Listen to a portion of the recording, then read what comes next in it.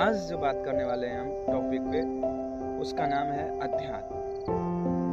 अध्यात्म क्या है?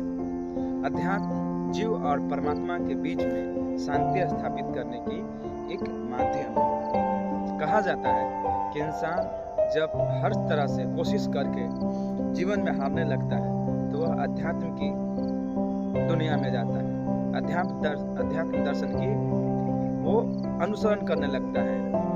आध्यात्मिक ज्ञान के बारे में आप सुने होंगे, वो ज्ञान जो हमें किताबों से, शास्त्रों से और कई सारे विद्यालयों विश्वविद्यालयों से नहीं मिलता है। तो कहाँ से मिलता है?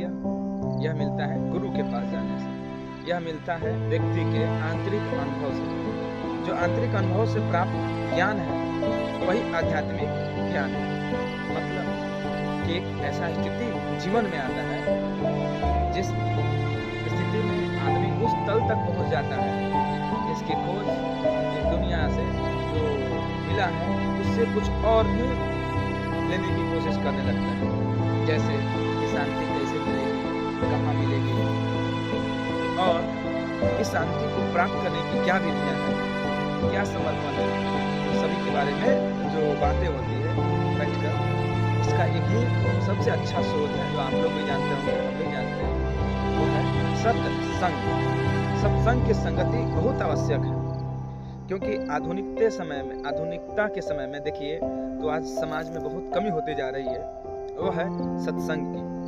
सत्संग का अर्थ ही होता है सत्य का संग करना, और सत्य यही है कि हम अपने परिवार, देश, समाज, अपने आप को इस संतुलन अवस्था तक रख पाए जिसमें किसी से नफरत ना हो, सभी से भाईचारा, सभी से प्रेम और विश्व में शांति हो। और इसका उपदेश हमें अपने सनातन धर्म में मिलता है, वो है वसुधैव कुटुंबकम। विश्व में शांति स्थापित हो, विश्व का कल्याण, इसका यही अर्थ है। सनातन के सबसे अगर प्रसिद्ध वाक्यों में देखें तो ये सबसे प्रसिद्ध है वसुधैव कुटुंबकम। आध्यात्म की दुनिया में जब आपसे करते हैं प्रवेश, आपको इस श्लोक का अर्थ जरूर बताया जाता है, और इसका मतलब मीन्स आपको वहाँ मिलेगा जहाँ एक सिद्ध गुरु होंगे जिनको ये प्राप्त हो गया हो सिद्धियाँ जो आपको भी दे पाए, जिसको दीक्षा बोलते हैं, प्राज्ञा बोलते हैं। ज्ञान और प्रज्ञा में अंतर है। ज्ञान हम कितना भी ज्ञान से ले सकते हैं, दुनिया को देख कर भी ले सकते हैं, अनुकरण जैसे सीख कर भी ले सकते हैं। जिसके ऊपर एक व्यक्ति ने बहुत ही अच्छा टिप्पणी किया है, हमने सीखा इस जीवन में सब तो लिया उधार है, सारा लोहा उन लोगों का, अपनी तो केवल धार है।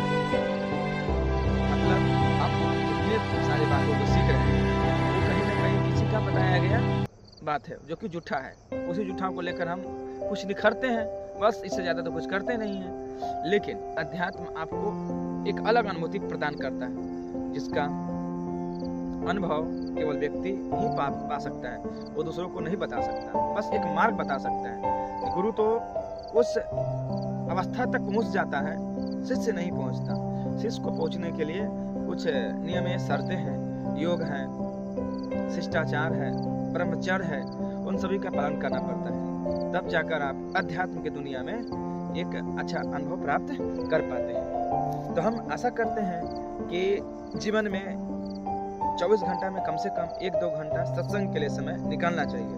और वो सत्संग दादी नानी की कहानियाँ भी हो सकती है, हमारी पौराणिक कहानियाँ, गीता, महाभारत, रामायण, माँ दुर्गा की कथा, या कोई व्यक्ति विशेष की संघर्ष की कथा, वो है सत्संग। जैसे अगर हम कथा सुनते हैं महात्मा गांधी का, कथा सुनते हैं हम राम जी का, कथा सुनते हैं कृष्ण जी का, गौतम बुद्ध का, महावीर का, ये सभी सत्संग की ही बातें हैं। सत्संग में केवल एक व्यक्ति विशेष को हम नहीं रख सकते, ये केवल शास्त्र है। कुरान में भी सत्संग है। मोहम्मद साहब के जीवन के परिचय के बारे में पढ़िए, वो कठिनाइयों से अध्यात्म की दुनिया में आए थे। गौतम बुद्ध के दुनिया के बारे में पढ़िए, दर्शन पढ़िए, वो कितनी कठिनाइयों से, कितनी तपस्याओं से केवल उस ज्ञान को प्राप्त कर पाए जिसके लिए उन्होंने लगभग 5-6 साल तक तपस्या की।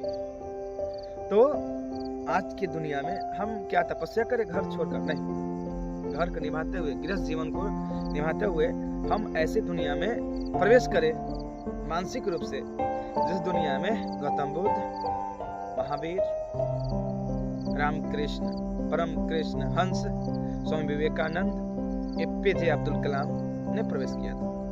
इस दुनिया में रहते हुए हमें भी अनुकरण जरूर करनी चाहिए। इस वीडियो का हाथ जोड़ के ही विनम्रता है कि जरूर कहीं ना कहीं अपने जीवन में सत्संग का पालन करिए। आपके जीवन में बहुत सारे कष्टों को निवारण करेंगे वो। जय हिंद।